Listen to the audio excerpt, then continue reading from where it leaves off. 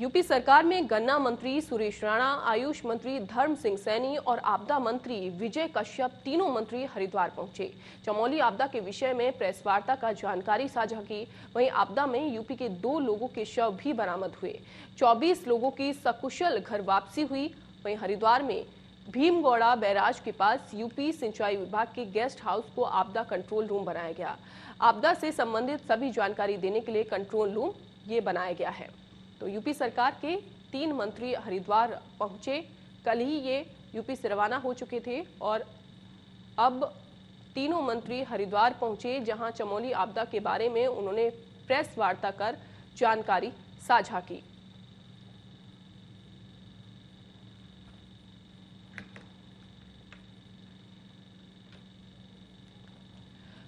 तो चमोली आपदा के बारे में प्रेस वार्ता कर तीनों मंत्रियों ने जानकारी साझा की है और साथ ही साथ कंट्रोल रूम भी बनाया गया है। और यूपी सरकार के 3 मंत्री क्योंकि उत्तराखंड रवाना हो चुके थे, वो हरिद्वार पहुंचे, जहां उन्होंने एक कंट्रोल रूम बनाकर जानकारी साझा की, प्रेस वार्ता की, जहां पर पत्रकारों को संबोधित करते हुए जो लोग लापता हो गए थे उनके बारे में भी जानकारी दी है उत्तर प्रदेश के, और जो लोग सकुशल वापस लौटे हैं, क्योंकि 20 से ज्यादा लोग ऐसे हैं जो सकुशल घर वापसी उनकी हुई है। जो लोग इस आपदा में फंसे हुए थे उनको लेकर भी जानकारी दी गई। और साथ ही ये भी कहा गया कि जिस आपदा की घड़ी में जो टीम लगातार काम कर रही है उसको धन्यवाद भी किया, क्योंकि लगातार टीम पूरा दिन और पूरी रात काम कर रही है। लोगों को सकुशल बाहर निकालने के लिए लगातार कोशिश की जा रही है कि सभी लोग बाहर निकाले जा सकें। और साथ ही साथ परिजन भी लगातार चिंतित हैं। परिजनों की चिंता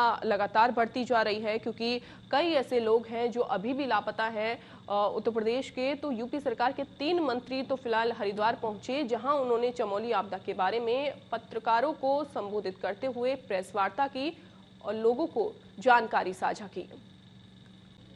वहीं उत्तराखंड के चमोली में आई आपदा से प्रभावित तपोवन के ग्रामीणों ने विरोध किया। ग्रामीणों का गुस्सा 4 दिन से लापता लोगों को न मिलने पर फूटा है। ग्रामीण प्रशासन पर टनल में पर्याप्त मशीनरी न लगाने से नाराज थे। उसके बाद इस घटना पर ग्रामीणों का गुस्सा और भी ज्यादा देखने को मिला। तपोवन के ग्रामीणों ने भारी संख्या में विरोध प्रदर्शन करते हुए यहाँ पर तपोवन के जो ग्रामीण हैं वो नजर आए। 4 दिन से जो लोग लापता हैं वो अभी तक नहीं मिले हैं और उनके ना मिलने से ग्रामीणों का गुस्सा फूट पड़ा। प्रशासन पर ये गुस्सा करते हुए तमाम ग्रामीण तपोवन के नजर आए, क्योंकि इनका कहना है कि 4 दिन बीत चुके हैं। रविवार को ये आपदा आई और उसके बाद से ही लगातार जो लोग गायब हैं उनको ढूंढने का सिलसिला लगातार जारी है, लेकिन अभी तक जो लोग लापता हैं वो नहीं मिल पाए हैं। तो ग्रामीण इसको लेकर काफी ज्यादा आक्रोश में आ गए और प्रशासन पर इनका गुस्सा फूट पड़ा। हालांकि जब ये त्रासदी हुई, जब ये आपदा आई, तो एनडीआरएफ की टीम, एसडीआरएफ की टीम तमाम कोशिशें कर रही हैं कि जो लोग लापता हैं उनको बाहर निकाला जाए। उनको जितने भी लोग लापता हैं उनको सूचना और उनकी सूचना उनके परिजनों तक दी जाए, लेकिन राहत बचाव कार्य भी जारी है। ऐसे में जो तमाम ग्रामीण हैं तपोवन के, उनका गुस्सा फूट पड़ा। जो संयम बनाकर ग्रामीणों ने इतने दिनों से रखा हुआ था, अब वो ग्रामीणों का गुस्सा फूट पड़ा। संजय हमारे संवाददाता जोशीमठ से जुड़े हुए हैं। संजय, ग्रामीणों का गुस्सा 4 दिन बाद ऐसे निकला, क्या कहना है आपका?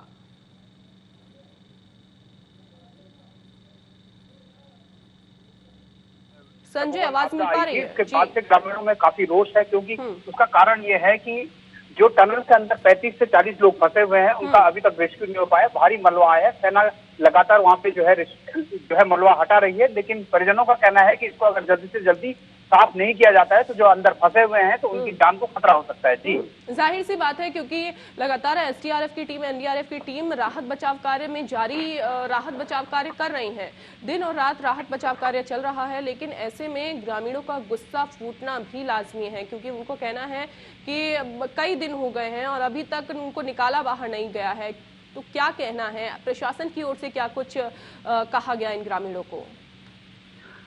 जहां तक अंजलि मैं बात करूंगी, जिस टनल से जो है ये जहां फंसे हुए हैं वहां पे निकालने में बहुत विकट और विषम परिस्थिति में ये जगह है, क्योंकि लगातार मलबा उसमें निकल रहा है और वहां पे 2 जेसीबी भी इकट्ठे काम नहीं कर सकती है। हालांकि जेसीबी लगातार जो है सेना की वहां से मलबा निकाल रही है। जैसे मलबा निकालती है 100 मीटर के करीब जो है वहां पे पहुंचे हुए हैं, लेकिन नहीं रेस्क्यू हो पा रहा है। और जो है परिजन चाहते हैं कि जल्दी से जल्दी जो है इसको निकाला जाए। जहां तक एनडीआरएफ और एसडीआरएफ की बात करें तो वो केवल जो है नदी के किनारे जो लोग बहे थे उनका रेस्क्यू कर पा रहे हैं, और टनल के अंदर जो जिंदगी को बचाने की कवायद है उसमें जो है कोई गति नहीं पकड़ पा रहा है, इसलिए लोगों में रोष है। लेकिन कोई स्पेशल टीम भी तो बुलाई गई होगी। अभी ये भी खबर आई थी कि मरीन टीम बुलाई गई है जो अंदर टनल की जाएगी और लोगों को सुरक्षित बाहर निकालेगी। जी, जहां तक मरीन की बात की जाए तो यहाँ पे गाद इतनी ज्यादा है, नदी में पानी का जलस्तर बिल्कुल कम है, तो यहाँ पे मरीन जो काम करेगा वो जो है टनल के अंदर नहीं जा सकते जब तक कि वहाँ पे जो है गाद और मलबा बाहर नहीं कर सकते। तो वो भी एक तरीके से अस्थायी काम होगा, क्योंकि जो स्पेशल टीम आई है वो यहाँ पे देख रही है, मुआयना कर रही है। पर क्योंकि इससे पहले आईटीबीपी के कमांडेंट यहाँ पे पहुंचे, डीआईजी आईटीबीपी की पहुंची थी, डीएम जो है मौके पर है, इसके अलावा भी एसडीआरएफ के कमांडेंट यहाँ पे, एनडीआरएफ का कमांडेंट यहाँ पे है। लेकिन जब तक ये मलबा टनल से बाहर नहीं निकलता तो कुछ भी किसी भी तरीके का जो है रेस्क्यू इनको बचाने के लिए नहीं हो पाए। हालांकि अपने स्तर पे ये लोग जो है लगातार काम कर रही है सेना। लेकिन संजय, ये जानकारी दीजिए कि ये भी कहा गया था कि जो टनल है वो खुल जाएगी और एक साइड इसको पूरा खोल दिया जाएगा, मलबा बाहर निकाला जाएगा, लेकिन अभी तक मलबा बाहर नहीं निकाला है। तो क्या टनल अभी भी वैसी की वैसी ही भरी हुई है जैसे पहले भरी हुई थी? जी अंजलि, मैं इस समय बिल्कुल जीरो ग्राउंड पे हूँ। मैं टनल के बिल्कुल सामने खड़ा हूँ, जहाँ पर 2 जेसीबी लोडर लगातार सेना की काम कर रहे हैं। वो अंदर से मलबा लेने जाती है और मलबा लेके बाहर आती है। लगभग 100 मीटर के करीब जो अभी तक इन्होंने केवल मलबा साफ किया है। उसके बाद 180 मीटर पे जो बताया गया है कि 180 मीटर जाने पे टी पॉइंट आएगा, टी पॉइंट आने के बाद जाके अब जो एक्चुअल स्थिति है वो पता लग पाएगी। जी, लेकिन संजय, इस समय तो प्रशासन के सामने और जो एसडीआरएफ की टीम है, एनडीआरएफ की टीम है, आईटीबीपी के तमाम जवान वहां पर तैनात हैं, तो उनके सामने चुनौती दोगुनी हो गई है।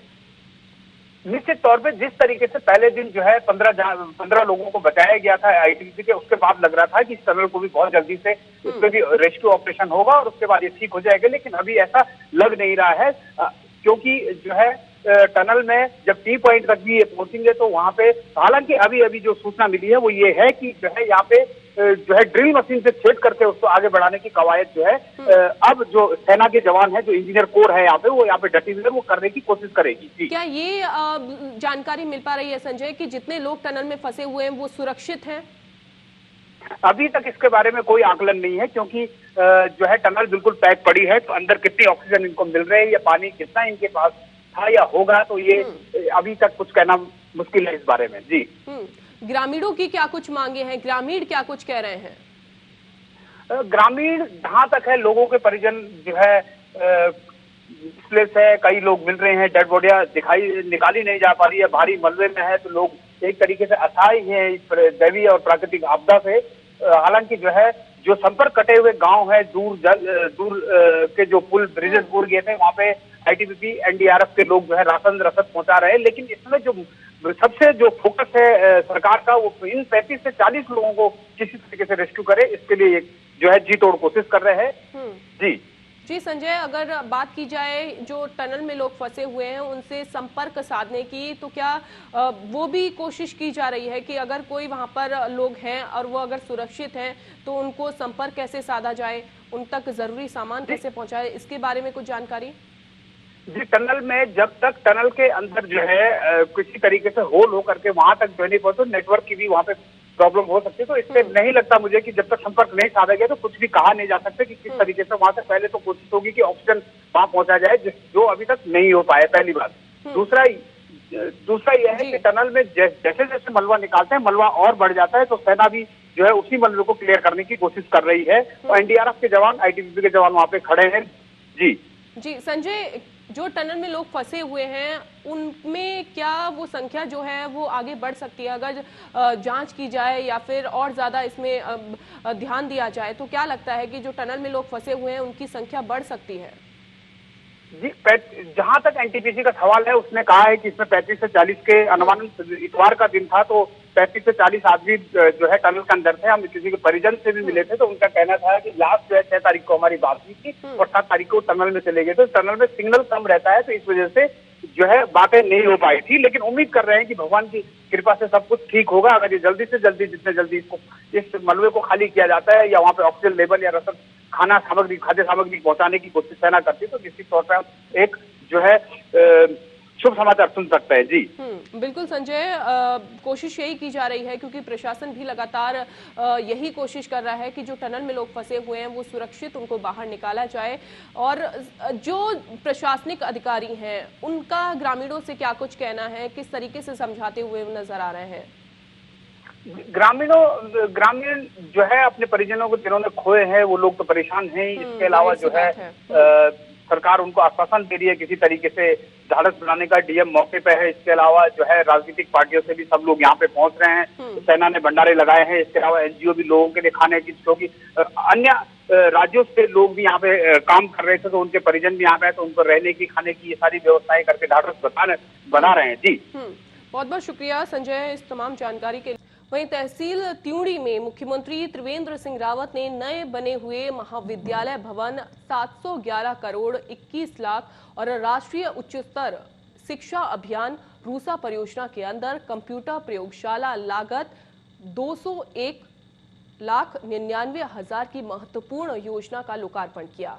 इस दौरान उच्च शिक्षा सहकारिता मंत्री डॉक्टर धन सिंह रावत, जिला पंचायत अध्यक्ष मधु चौहान, विधायक मुन्ना सिंह चौहान, उत्तराखंड जनजाति आयोग के अध्यक्ष मूरत राम शर्मा, जिलाधिकारी देहरादून डॉक्टर आशीष कुमार श्रीवास्तव, कालसी ब्लॉक प्रमुख मठौर सिंह मौजूद रहे।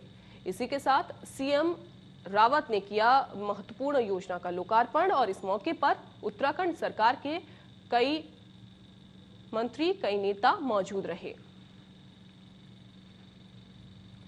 तो इस मौके पर उत्तराखंड सरकार के कई बड़े नेता और कई मंत्री मौजूद रहे। सीएम रावत ने महत्वपूर्ण योजना का लोकार्पण किया, जहां पर विद्यार्थियों को काफी ज्यादा अब आने वाले समय में सहूलियत मिलती हुई नजर आएगी, क्योंकि कंप्यूटर लैब के जरिए भी वो कई माध्यम ऐसे हैं जिनको उनकी शिक्षा में मदद मिलेगी। साथ ही साथ सीएम त्रिवेंद्र सिंह रावत अब इस योजना का, क्योंकि कई लाख योजना का 201 लागत की योजना का इन्होंने शुभारंभ यहां पर किया है और इस मौके पर उत्तराखंड सरकार के कई मंत्री, कई लोग और कई नेता मौजूद रहे। तो इस मौके पर उत्तराखंड सरकार के कई नेता मौजूद रहे और लगातार कोशिश ये की जा रही है कि उत्तराखंड के जितने भी वासी हैं, उत्तराखंड के जितने भी स्कूल हैं, उनको आधुनिक बनाया जाए और साथ ही साथ अगर कोई परेशानी होती है तो उसको भी सुचारू रूप से ठीक किया जाए। और इसी के उपलक्ष्य में आज सीएम त्रिवेंद्र सिंह रावत ने एक महत्वपूर्ण योजना का लोकार्पण किया, शिलान्यास किया और साथ ही साथ यहाँ पर क्षेत्रवासियों को मदद देने का काम भी सीएम त्रिवेंद्र सिंह रावत ने किया है। और साथ ही साथ ये भी कहा कि इस मौके पर उत्तराखंड सरकार के क्योंकि कई बड़े नेता और मंत्री मौजूद रहे हैं, तो जाहिर सी बात है कि बच्चों के लिए काफ़ी खुशी की बात है। आने वाले समय में बच्चों को भी काफ़ी ज़्यादा सहूलियतें मिलती हुई भी नजर आएगी। देहरादून से ब्यूरो चीफ शाहीन चौधरी हमारे साथ जुड़ चुके हैं। शाहीन जी, मुख्यमंत्री त्रिवेंद्र सिंह रावत ने कई बड़ी योजनाओं का लोकार्पण किया है। योजनाओं का क्या कुछ कहना है, क्या कुछ अपडेट अभी?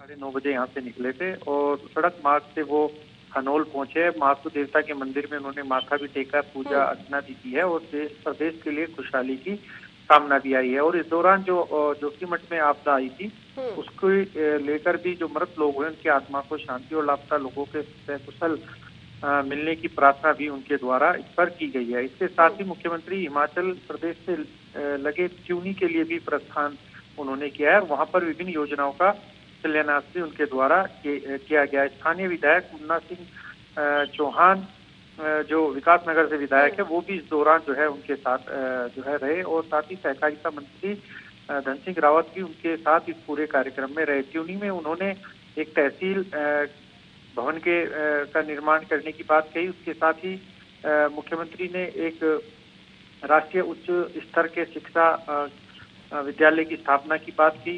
इसके साथ ही कंप्यूटर प्रयोगशाला बनाने की उनके द्वारा बात की गई और ये कई महत्वपूर्ण लोकार्पण जो है उनके द्वारा इस क्षेत्र में किए गए हैं। इस क्षेत्र में काफी समय बाद जो है मुख्यमंत्री पहुंचे हैं और वहां पर इन्होंने तमाम चीजों का लोकार्पण किया है। इसके साथ ही क्यूनी मोटर मार्ग समेत तमाम सड़कों के डामरीकरण की घोषणा भी मुख्यमंत्री द्वारा की गई है और कई, जैसे मैंने बताया कि स्कूलों के उच्चतर करने को, कंप्यूटर प्रयोगशाला, ये तमाम ऐसी घोषणाएं मुख्यमंत्री के द्वारा की गई हैं। जी, तो आने वाले समय में अगर बात की जाए तो किस तरह की मदद लोगों को मिलती हुई नजर आएगी? जिस तरीके से देखिए, जितनी भी घोषणाएं मुख्यमंत्री द्वारा की गई है, उनका लोकार्पण किया गया है, उनका बहुत जल्द जो है उस क्षेत्र के लोगों को लाभ मिलना शुरू हो जाएगा। मेघात पंपिंग योजना का निर्माण करने की बात भी उनके द्वारा की गई है।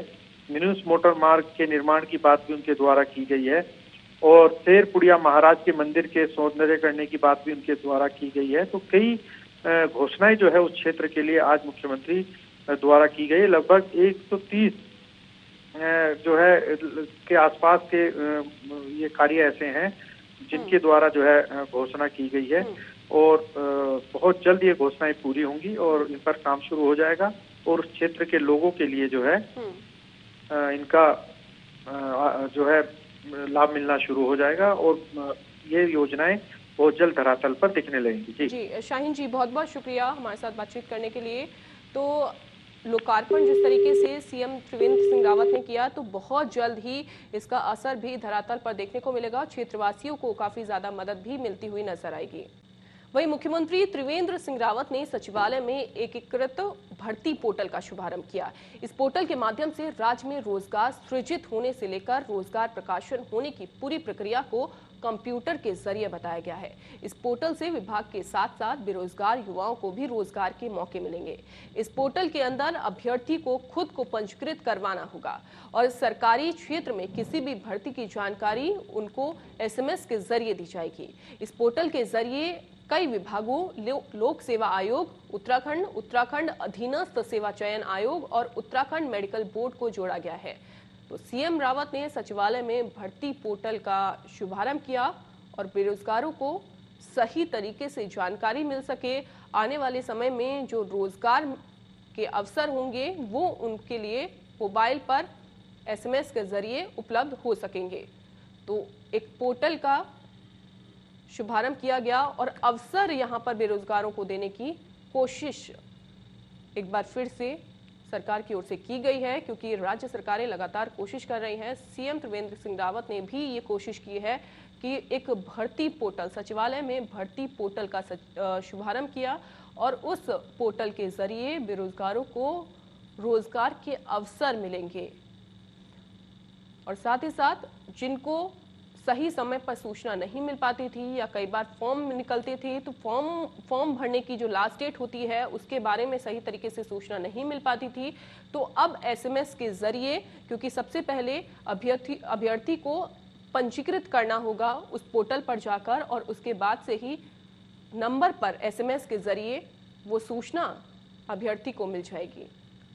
वहीं देहरादून में महिला सशक्तिकरण और बाल विकास विभाग के बाल विकास परियोजना शहर की ओर से क्लैम्पटाउन छावनी परिषद में आयोजित हिंसा के अंधेरे से आशा के उजियारे तक कार्यक्रम का आयोजन हुआ, जहां नेहा कुशवाहा ने महिलाओं को उनके अधिकारों की जानकारी दी।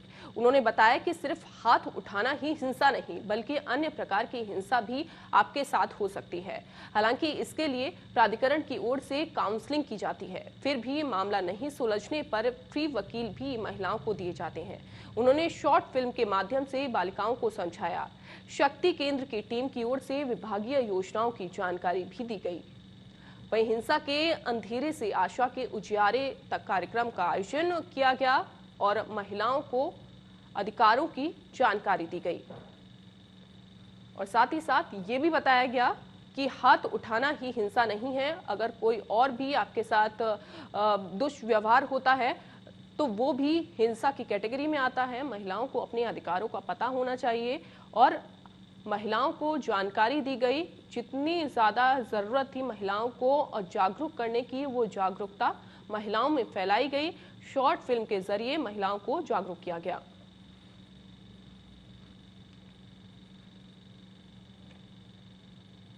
मुख्यमंत्री की ओर से मसूरी विधानसभा क्षेत्र के लगभग 1 करोड़ के विकास कार्यों का लोकार्पण किया गया है। मसूरी विधायक गणेश जोशी ने विधानसभा क्षेत्र के विकास कार्यों का शिलान्यास किया। इसी के साथ मसूरी विधायक ने पुष्प गुच्छ देकर कार्यक्रम का शुभारंभ किया। सीएम रावत ने मसूरी विधानसभा क्षेत्र में 1 करोड़ का लोकार्पण किया। विधानसभा क्षेत्र के विकास कार्यों का शिलान्यास भी किया। वहीं मसूरी विधायक ने फूल देकर कार्यक्रम का शुभारंभ किया।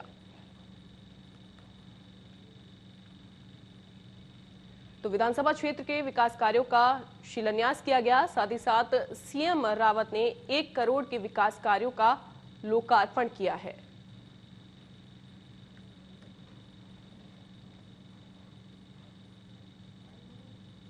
आज जो कार्यक्रम हुआ है जिसमें आज हमारा छावनी परिसर कैंट के अंतर्गत इसका आयोजन किया गया, जिसमें की थीम रखी गई थी हिंसा के अंधियारे से आशा के उजियारे तक। इसमें घरेलू हिंसा से संबंधित हमारी एक कार्यशाला थी, जिसको हमने इस थीम को लेके चले कि जो भी उनका जीवन में जो अंधियारा है घर हिंसा के कारण, उसको हम किस प्रकार से जो है उनके जीवन में उजियारा ला सकते हैं। तो सीएम त्रिवेंद्र सिंह रावत ने 1 करोड़ के विकास कार्यों का लोकार्पण किया है और साथ ही साथ देशवासियों को और राज्यवासियों को काफ़ी ज़्यादा सहूलियत अब इससे हो जाएगी। कई परियोजनाएं ऐसी हैं जिनके द्वारा राज्यवासियों को अब यहां पर सहूलियतें मिलती हुई नजर आएंगी। तो विधानसभा क्षेत्र के विकास कार्यों का लोकार्पण और शिलान्यास किया गया। 1 करोड़ की विकास कार्यों का लोकार्पण सीएम त्रिवेंद्र सिंह रावत के द्वारा किया गया।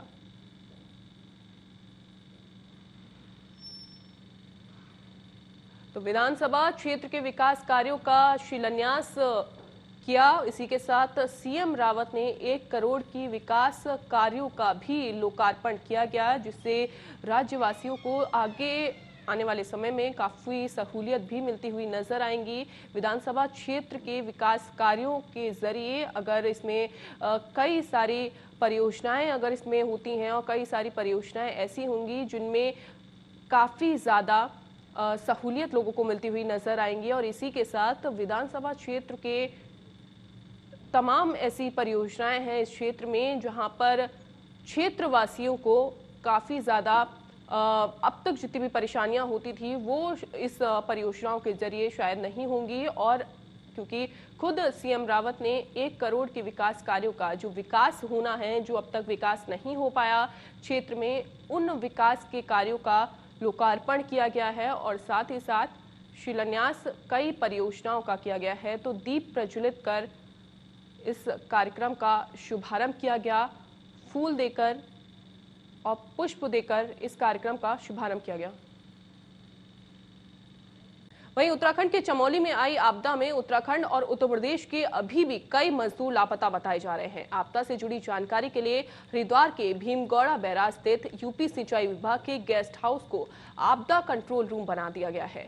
आज हरिद्वार पहुंचे उत्तर प्रदेश सरकार के 3 मंत्रियों, गन्ना मंत्री सुरेश राणा, आयुष मंत्री धर्म सिंह सैनी और आपदा मंत्री विजय कश्यप ने आपदा कंट्रोल रूम के बारे में जानकारी दी। और ज्यादा जानकारी के लिए मंत्री सुरेश राणा से खास बातचीत की टीवी 100 के संवाददाता मयूर सैनी ने।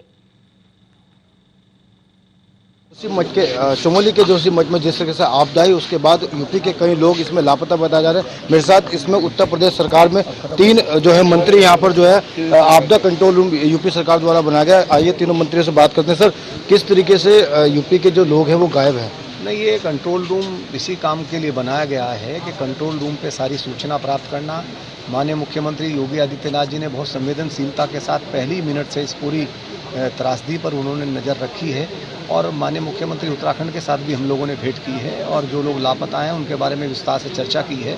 2 लोगों के अभी शव बरामद हुए हैं और 21 लोग सकुशल वापस हुए हैं। हम इसके लिए परमात्मा का बहुत बहुत धन्यवाद करते हैं। साथ ही जो टीम वहाँ रेस्क्यू में लगी है, चाहे एनडीआरएफ हो, चाहे वहाँ आईटीबीपी लगी है, सेना लगी है, उनका आभार व्यक्त करते हैं। और केवल ये है कि अभी हमारी नज़र इसी पे है कि जो आवश्यकताएं हैं उनकी तरफ हम पीड़ितों के साथ मजबूती के साथ खड़े होकर के हर आवश्यकता की पूर्ति करें। सर, कितने लोग अभी रेस्क्यू में हैं और कितने लोग अभी फंसे हुए यूपी के लोग जो है? नहीं, अभी इसके बारे में कोई परफेक्ट आंकड़ा देना मैं समझता हूँ ना उचित है ना कोई है।